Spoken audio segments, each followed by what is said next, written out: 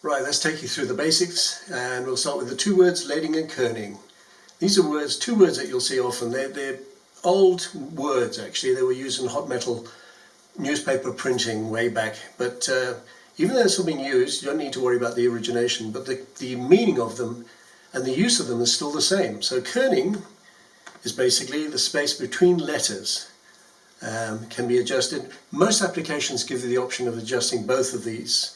And leading is the space between lines, text lines. There we go. Two words, two basic words. You'll see often. Remember them well. You'll need them. Right, so this is your basics continued. In this section, I'm basically going to cover some of the file format names. Names you might be familiar with, others you might not be familiar with. Some will you use, some you won't use. But you'll see them all over the place. TIFF files. You can read this. I'll save this out as what it was. It's an ebook, a PDF ebook. So I'll give it to you as a download, so you can read through this anyway. But it's useful information to have. TIFF files, JPEG. I'm sure we all know what a JPEG file is. You'll see I've put in red CYMK and RGB. That's your cyan, magenta, yellow, and black, as opposed to your red, green, and blue. So it's printing inks and screen inks, screen colors. I'll cover that as well. I'll expand on that later on.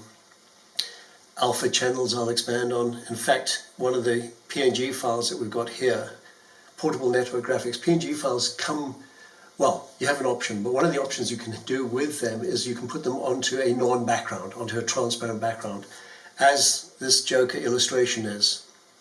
Very useful actually. I find them very useful. Useful in animation and video, because I can overlay them over other graphics and other footage. But even on printed items in Illustrator or whatever, you can bring in a PNG file and overlay it over another graphic without it having a background. Let's continue with that. Gif files or GIF files. They're less used these days. They're still used more for web design, I think. I don't use them as much. I very rarely use them. I used to use them quite a lot. Little GIF animations for web, mainly because they were very small files, but they are also lower quality files. Bitmap, BMP, you'll see those, mainly Windows and PC, as opposed to Mac. Encapsulated PostScript, useful. They've been around for quite a while, and they are really useful. And you'll find a lot more demand for EPS files. They've always been in demand, but it's become increasingly so. And then PDF, which I'm sure, rather like JPEG, I think you're probably very familiar with PDF.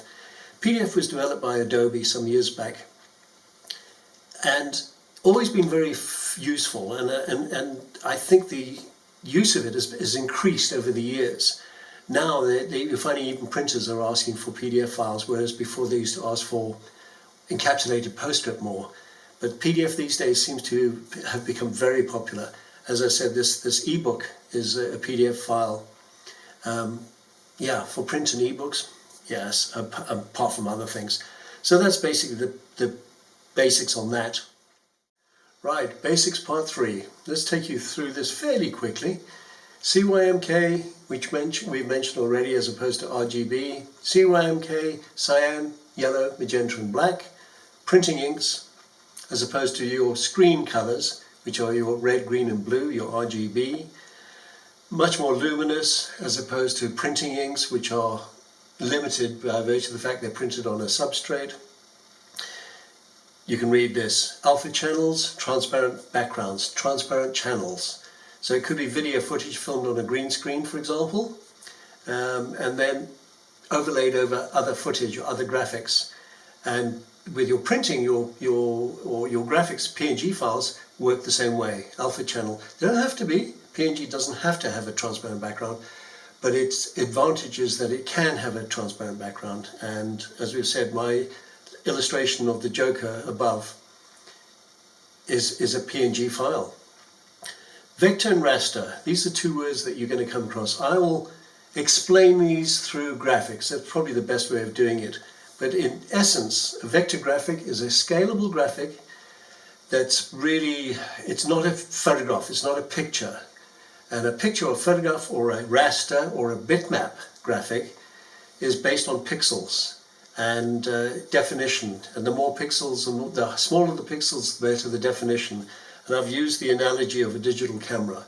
A 20 megapixel camera will have much better definition, higher definition, better quality than a 2 megapixel camera. And it gives you an idea of pixels being pixels, they're little squares of data, of color. I'll show you that again with graphics. It's the best way to explain it.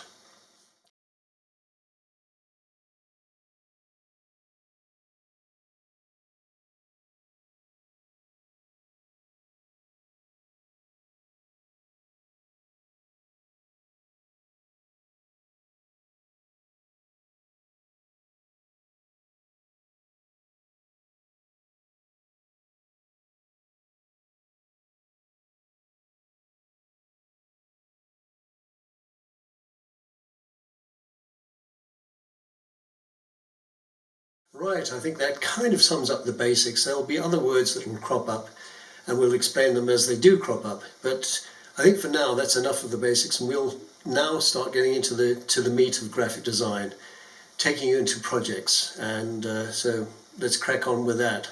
Okay, join me. It's going to be good.